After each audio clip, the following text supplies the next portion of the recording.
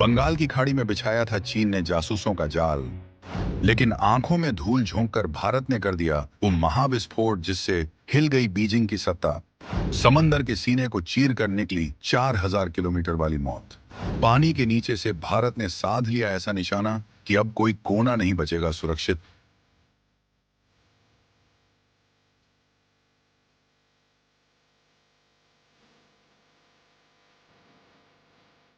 सफेद झंडा लेकर भागना पड़ा ड्रैगन के उस जासूसी जहाज को। भारतीय नौसेना के सब्र और वार की रणनीति के आगे फेल हो गई चीन की अरबों डॉलर की निगरानी तकनीक। जमीन से नहीं अब पाताल से होगा दुश्मन का खात्मा। भारत ने दागी वो मिसाइल जिसके बाद दुनिया के 3 सबसे शक्तिशाली देशों में शामिल हो गया भारत।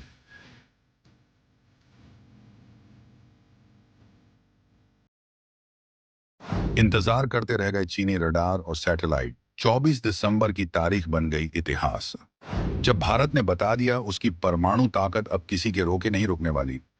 जब पूरी दुनिया साल 2025 को अलविदा कहने और नए साल के जश्न की तैयारियों में डूबी थी, ठीक उसी वक्त हिंद महासागर के गहरे और खामोश पानी में एक ऐसा हाई वोल्टेज ड्रामा चल रहा था जिसकी स्क्रिप्ट शायद हॉलीवुड की किसी थ्रिलर मूवी से भी ज्यादा रोंगटे खड़े करने वाली थी।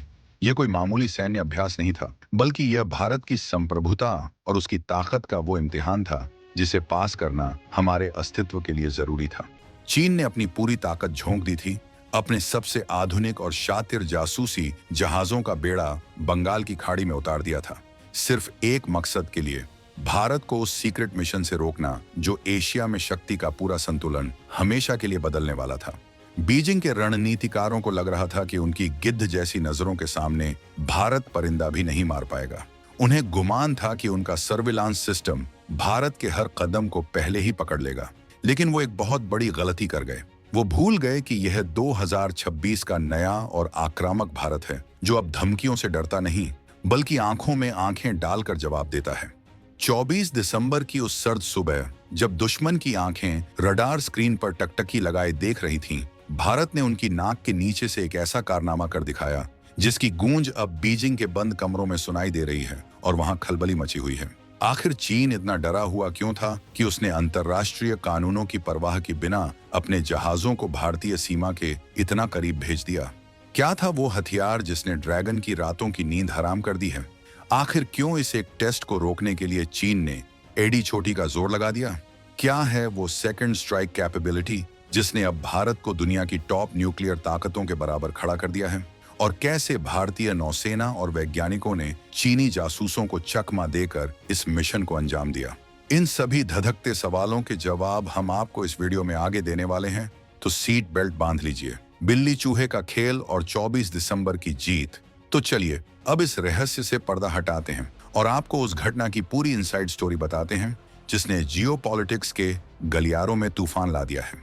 यह कहानी है भारत की सबसे घातक, सबसे सीक्रेट और सबसे भरोसेमंद के force submarine launched ballistic missile SLBM के परीक्षण की।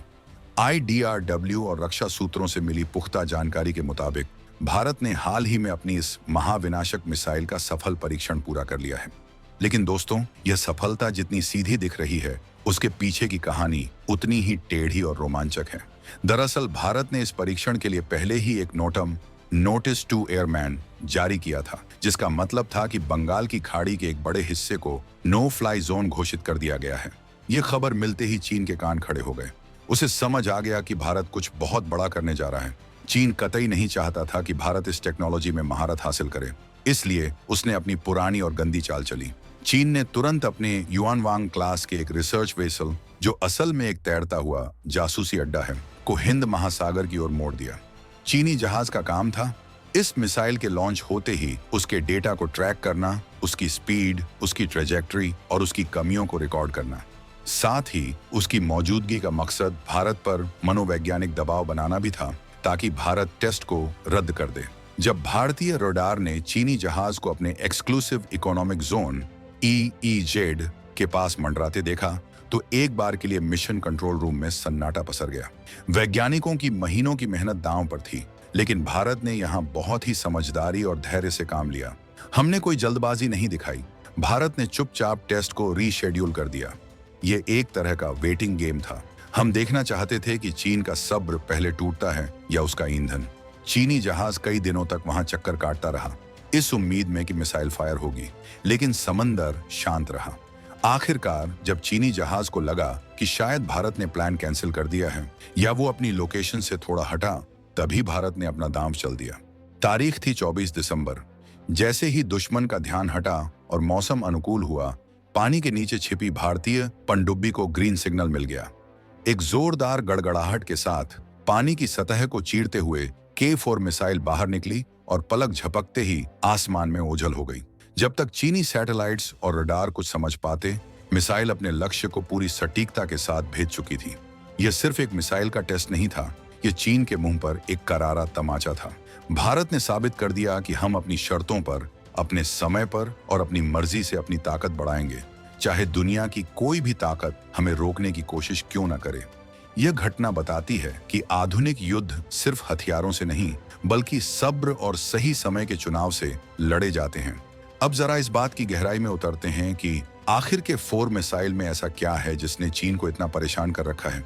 हमारे पास तो पहले से ही अग्नि 5 जैसी मिसाइलें हैं जो 5000 किलोमीटर से ज्यादा दूर तक मार कर सकती हैं। तो फिर इस 3500 से 4000 किलोमीटर रेंज वाली मिसाइल के लिए इतनी हाय तौबा क्यों? दोस्तों, सारा खेल सरप्राइज और सर्वाइवल का है।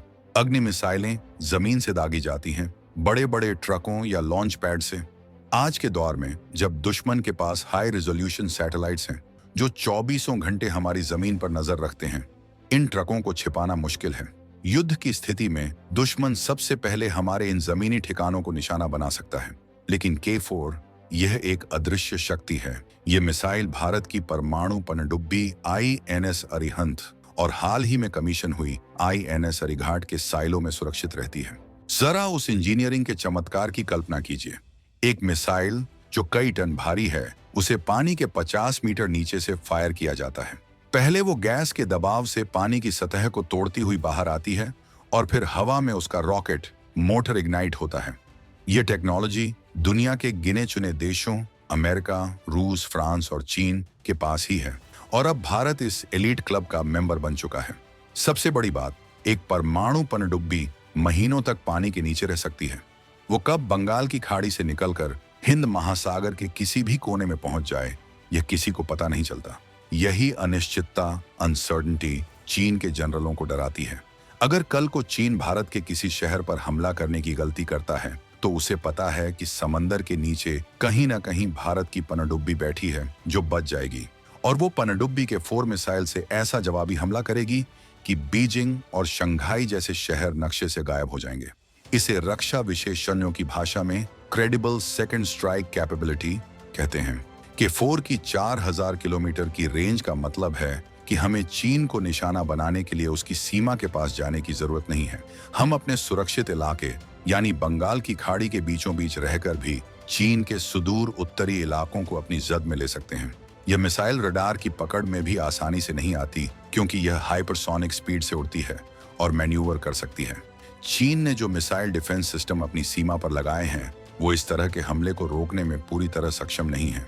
इसीलिए 24 दिसंबर का वो धमाका चीन के लिए किसी खतरे की घंटी से कम नहीं था। इस परीक्षण ने भू राजनीतिक समीकरणों को भी पूरी तरह बदल कर रख दिया है। पिछले कुछ सालों से चीन लगातार हिंद महासागर में अपनी घुसपैठ बढ़ाने की कोशिश कर रहा था। उसकी स्ट्रिंग ऑफ पर्ल्स नीति के तहत वो पाकिस्तान के ग्वादर से लेकर श्रीलंका के हम्बनटोटा तक अपने अड्डे बना रहा था ताकि भारत को घेरा जा सके।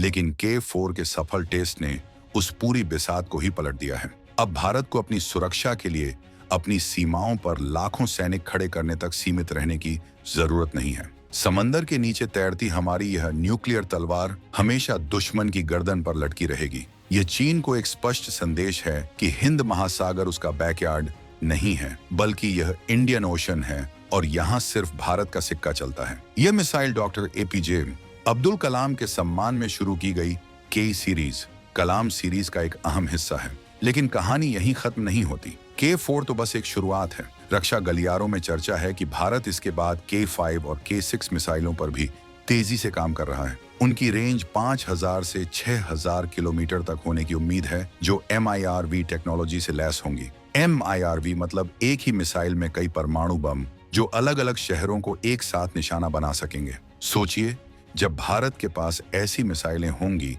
जो पूरी दुनिया के किसी भी कोने को कवर कर सकें, तो हमारी वैश्विक हैसियत क्या होगी।